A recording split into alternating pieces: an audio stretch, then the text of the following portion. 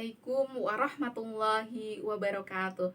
Alhamdulillah, wassalatu wassalamu ala rasulillah wa ala alihi wa sahbihi wa mawalah amma ba'du.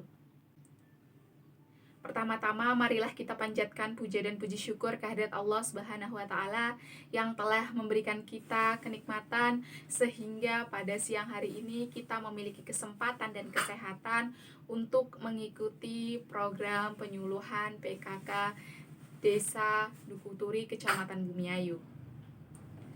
Salawat serta salam tak lupa kita curah limpahkan pada junjungan kita Nabi besar, Nabi agung, Nabi Muhammad SAW yang telah membawa kita dari zaman gelap gulita menuju zaman penuh pelita, tentu dengan adanya dinul Islam.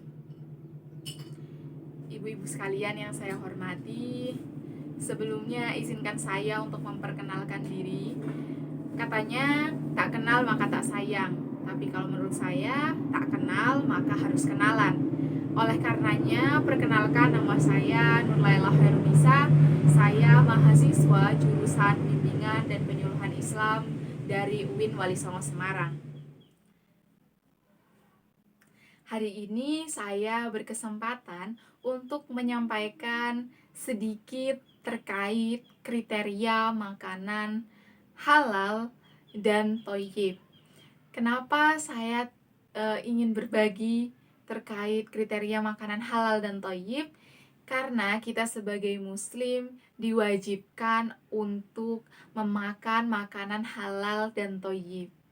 Selain itu, saya percaya bahwasanya ibu-ibu di sini ini adalah garda terdepan dalam menyajikan makanan untuk keluarganya. Nah, yang pertama adalah kriteria makanan halal. Pada dasarnya dalam Islam sendiri tidak ada batasan untuk makanan halal, kecuali ada dalil yang kemudian mengharamkannya. Oleh karena itu sebenarnya yang halal itu amatlah luas dan yang haram itu amatlah sempit. Nah, untuk menghindari agar kita tidak mengkonsumsi makanan haram, maka perlu kita ketahui apa saja sih makanan yang diharamkan oleh Al-Quran.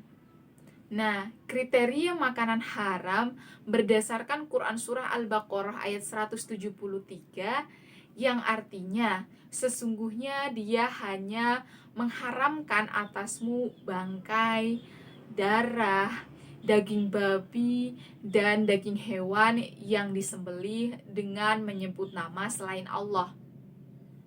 Tetapi barang siapa terpaksa memakannya dan bukan karena menginginkannya dan tidak pula melampaui batas, maka tidak ada dosa baginya.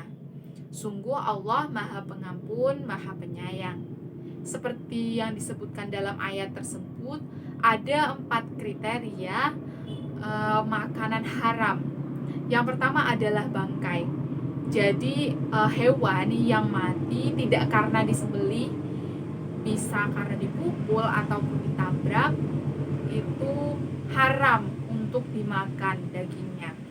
Kecuali hewan itu tuh sempat disembelih. Sebagai contoh, misal ada ayam tertabrak mobil. Nah, sebelum ayam itu mati, ayam itu sempat disembelih. Nah, itu kemudian menjadi halal untuk dimakan. Yang kedua adalah darah yang mengalir. Maksudnya adalah darah binatang sembelihan yang kemudian ditampung dan kemudian dijadikan makanan. Itu haram untuk dimakan. Yang ketiga adalah daging babi atau babi gitu ya. Para ulama sendiri sepakat bahwasannya babi ini haram untuk baik dikonsumsi, digunakan untuk kosmetik maupun obat-obatan. Jadi babi ini tidak boleh dikonsumsi sama sekali, baik digunakan untuk hal apapun.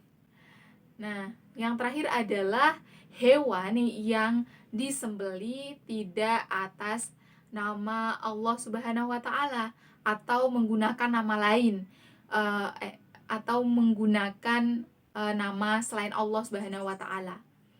Nah, biasanya itu ditujukan untuk siapa atau ditujukan untuk pohon apa, itu kan tidak boleh karena itu mengandung kesyirikan. Jadi dagingnya tidak boleh dikonsumsi. Selanjutnya adalah kriteria makanan thayyib. Makanan thayyib sendiri adalah makanan yang bergizi tinggi dan dapat memenuhi semua nutrisi yang dibutuhkan oleh tubuh. Nah, singkatnya kita bisa menggunakan rumus 4 sehat, 5 sempurna. Ada makanan pokok yang mengandung karbohidrat, ada sayuran yang mengandung vitamin dan serat, ada lauk pauk yang mengandung protein, ada buah-buahan yang mengandung vitamin dan serat juga, dan ada susu. Nah,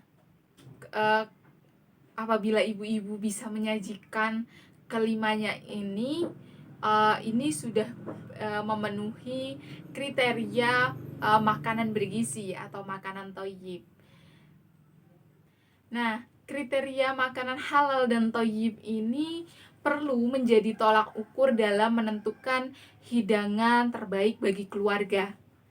Mengkonsumsinya menjadi wajib, sebagaimana yang sudah saya sampaikan di awal tadi.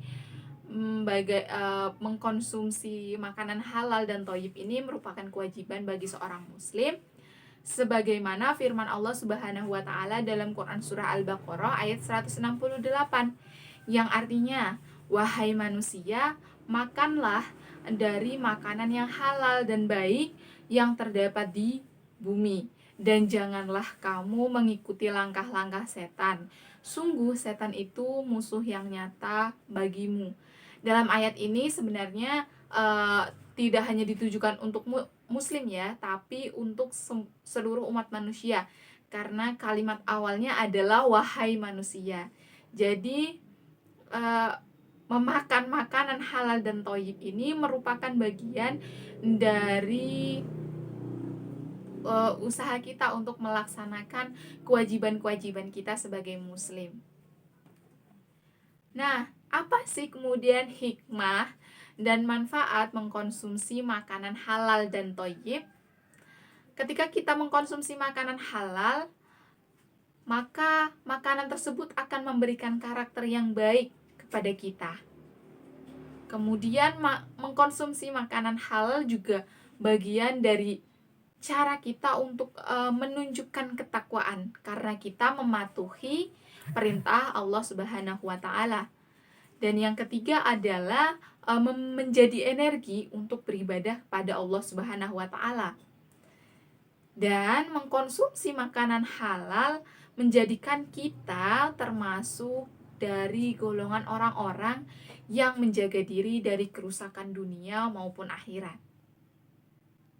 Nah, kemudian manfaat memakan makanan thayyib apa saja sih? Yang pertama, memenuhi nutrisi yang dibutuhkan oleh tubuh.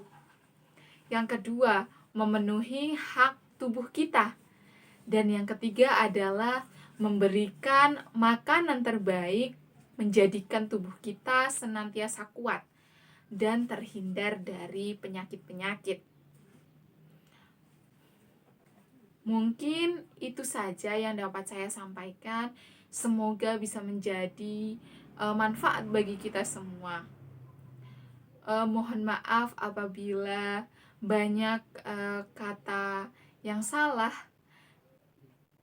Dan terima kasih karena sudah berkenan untuk mendengarkan dan memperhatikan. Wallahul muwaffiq ila aqwamit thoriq. Wassalamualaikum warahmatullahi wabarakatuh.